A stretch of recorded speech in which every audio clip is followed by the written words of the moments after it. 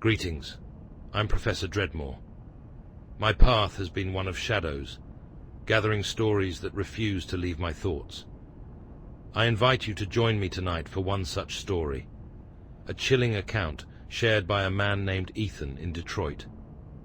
After a disgraced surgeon's experiments spiral out of control, his latest grotesque creation begins a relentless hunt, turning predator into prey in a chilling game of survival. Let us begin. In the forgotten edges of Detroit, amidst rust and decay, my life unraveled like a coiled rope suddenly cut short. My name is Ethan, and I was once a surgeon of some renown. Patients and peers respected me, until the day a young girl didn't make it off my operating table. It takes only one tragic mistake to shake the foundations of a career. Stripped of my license and reputation, the white hospitals that once beckoned became ghostly phantoms of what I'd lost. Retreating to a forgotten corner of the city, I settled in a crumbling house that was to be my sanctuary from a world where my hands had been deemed unworthy. Old surgical skills whispered through my fingers, itching for the feel of a scalpel, the tension of taut skin yielding under precision.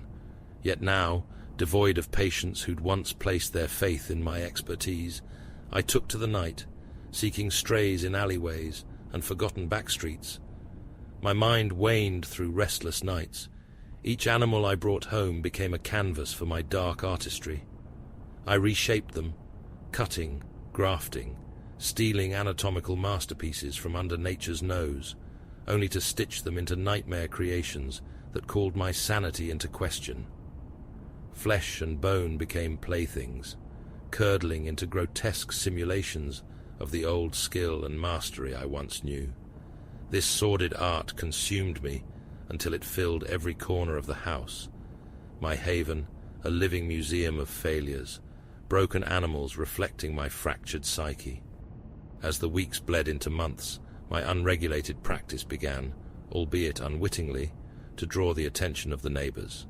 Odd noises and countless missing animals fed their early suspicions. Whispered rumors floated through cracked windows and closed doors. I convinced myself that my work was art, not madness, refusing to acknowledge the eyes of those who believed otherwise. Under the dim light of the attic, reality shifted one fateful evening. Engrossed in the final touches upon a recent experiment, a stray cat morphed beyond my understanding. Scars marked its war-torn body, but the desire for life simmered beneath its alien form. I made a final incision, adjusting the painstaking sculpt I worked so hard to perfect.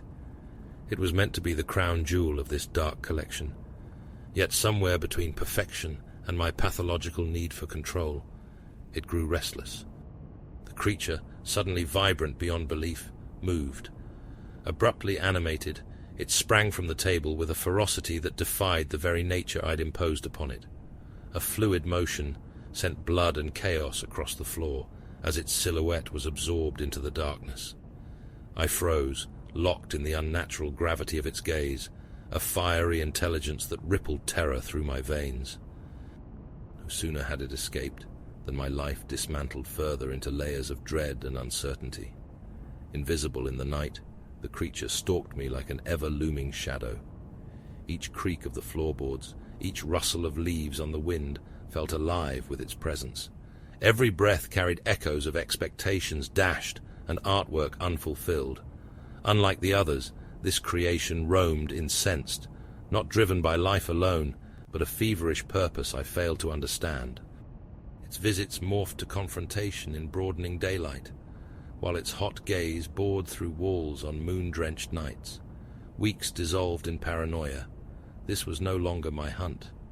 I became prey in a macabre dance orchestrated by one of my own making. As sunset drew shadows against my door one particular night, the pressure mounted.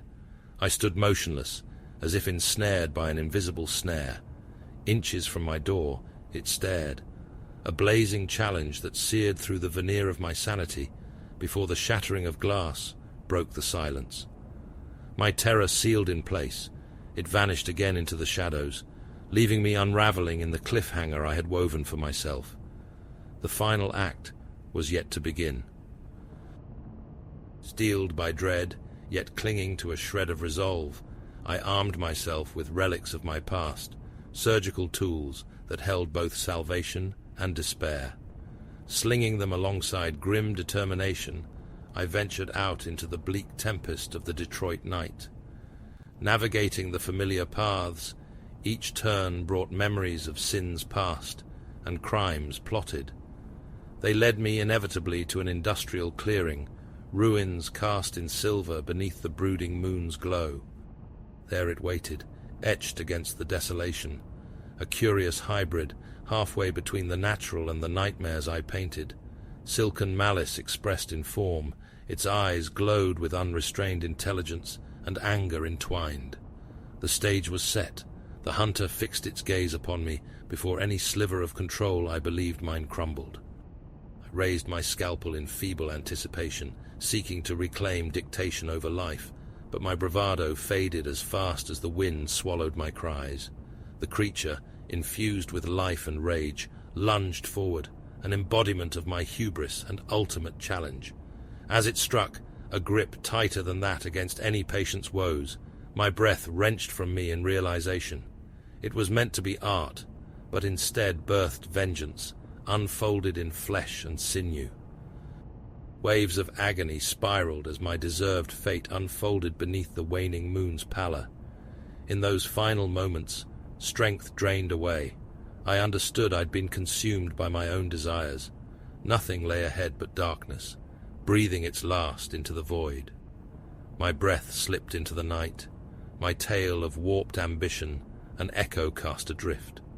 Left behind, a flawed artist overshadowed by twisted visions, his unfinished story written in the blood of those stolen creations, a haunting tale of unnatural art, of life spun awry, decayed, and irrevocably lost.